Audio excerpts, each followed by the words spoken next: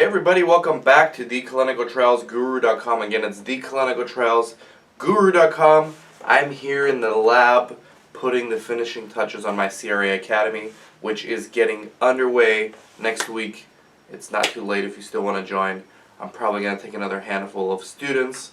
So go to my website and click on the CRA Academy tab and fill in the info on the box, or you can call or text me 949-415-6256.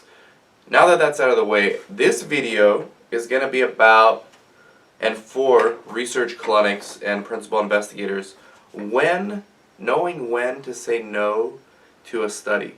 So we talk about this in various different ways. We usually spend a long time talking about these things. So we've done our webinars in the past where we've talked about specifically about contracts and budgets, and our 6 months to 7 figures in clinical research video, which is pretty popular. So I just want to do a quick one. Like, how do you know when to do a study? First of all, okay, and don't make the same mistake I did. Never take a study just because you like the company, the drug company, and you hope that by doing the study that they're going to select you for other studies. So never take a study that you know you can't do just because you're trying to build a relationship with that pharma company, right? Now, with that being said, right, I know a lot of you guys are still going to do it. That's fine. I've done that also and have been burned, right? And I've been burned because we did such a good job on those studies that did not have very good budgets, that they actually excluded us from other trials that were going on simultaneously because they didn't want us to take our focus away from that study.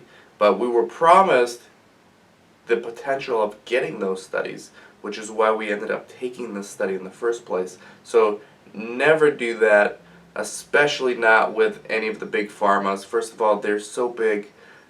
Their departments rarely communicate with each other, so you're going to have separate study teams.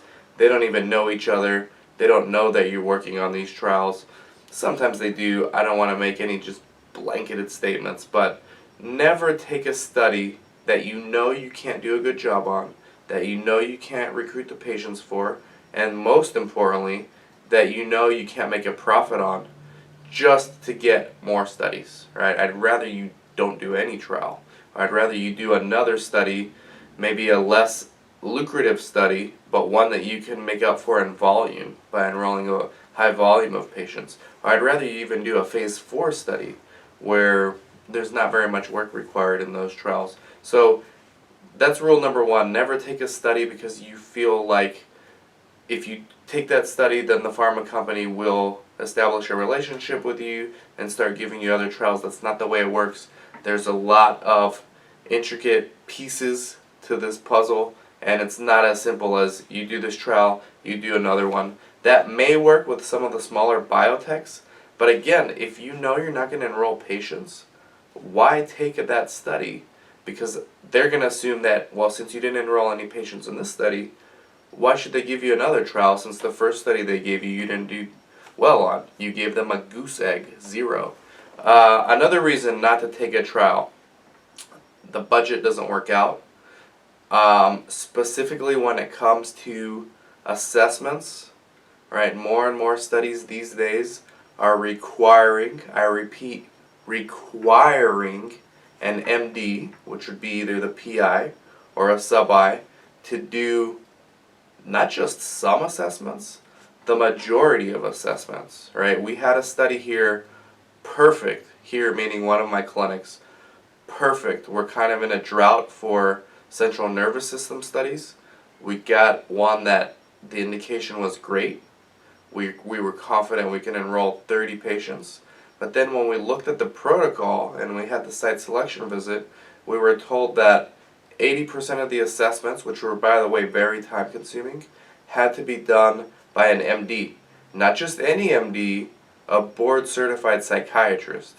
So normally in trials you can have assessments, the majority of the assessments being done by coordinators, by other research staff that are not necessarily MD. Why is this important? Because those MDs, they're used to making lots of money per hour, okay? Perfect reason why we turned this study down. We talked to 3, 4, 5 of the MDs next door, asking them if they can do this, showing them our budget, and telling them that, hey, you know, would this be a fair compensation for you? And they said, no, that wouldn't be fair. I could make more across the hall in my private practice seeing 4 patients during that 4-hour period rather than doing one assessment. There's no way we could have competed with that, and that was just one assessment. So we had to turn that study down, right? Now, had it been an assessment that someone else other than an MD needed to do, like a coordinator or another staff member that was not an MD, we could have actually made a profit. And we were asking the sponsor if that could be accomplished, and the answer was no. Why? Because supply and demand, just like anything else right now, since there's a relatively low supply of studies in that particular therapeutic indication, which was a central nervous system disorder study, they have a lot of competition from sites, and they know that they can put stricter and more stringent requirements on the site and squeeze out profits from the sites. So they can get their better data. They can get MDs and board certified MDs who are used to getting $400 an hour doing the assessments, and the sites, at least a lot of sites, are taking those studies because there's a shortage of trials. Guarantee you the complete opposite will occur when there's a high volume of studies for that therapeutic indication, which, by the way, they always go up and down like that. So I've lived through both cycles, right? Back in 2006, in this same therapeutic indication, sponsors were begging sites to take these kind of trials. The budgets were extremely lucrative. The protocols were very lenient as far as who can do which assessments.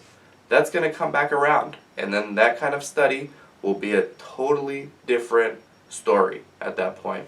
But pay attention to the budgets, pay attention to the protocol requirements, the assessments specifically, find out how much time will be needed from the PI and other sub-investigators, because they're used to making good money, and you're not going to make very much profit with some of these budgets unless you know how to negotiate it well, right? So in my opinion, that's when you turn down a study, when you know for sure you can't get any patients. And by the way, let's say you find a study, doesn't require a lot of MD time, very good budget, and you know that you can get probably 1 or 2 patients, but you don't know if you can get 5.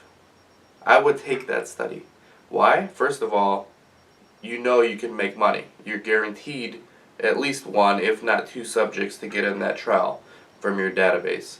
Now, you can run some ads, you have some time to do some community outreach efforts, you have some time to go door knocking and ask other doctors for referrals. Sponsors sometimes do central ad campaigns where they're going to run ads in your area and send you the leads, literally send you the leads of patients who are interested in doing the trials. So those are trials I would do if, again, if and only if the budget is right, and you know for sure that you can enroll at least 1 patient, if not 2, in the study, and you know for sure that most of the assessments do not require a lot of time from the MD or the sub-Is who are also MDs. Okay. Now a lot of you sites might also be worried. Well, if I know I could only enroll 2, but I don't feel like that's enough for me to tell the sponsor in order for me to get the trial. Make an assumption as to how many subjects you can potentially screen, right? They're going to ask you how many subjects can you potentially screen over an X amount period of time, over 6 months, over 12 months. You don't need to tell them, I only have 1 or 2 patients, but I want to do the trial.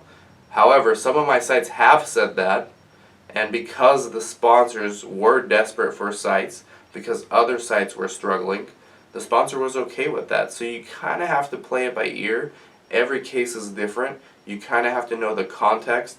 It would be very helpful and beneficial to you if you can find out some more information from the sponsor about how the other sites are doing in this trial. So if you hear feedback from the sponsor that many of the trials that they activated have yet to screen or randomize a patient, then I'd be more confident telling the sponsor, I have 2 patients that I know for sure I can enroll, and who knows what else can happen over the next 6 to 12 months, right? But if other sites are not having a problem screening subjects and randomizing subjects, then I'd go about it a different way. I'd tell the sponsor, hey, we have certain subjects we've identified, I'm not going to say a number, and then we have a database and we have community outreach initiatives we do, and we have physicians who refer subjects, so I feel we can do a good job recruiting. That's how I would handle it. Always know the context, always know information so that you can react, counterpunch, and make better decisions for your research clinic, right? Dan from theclinicaltrialsguru.com. Take care.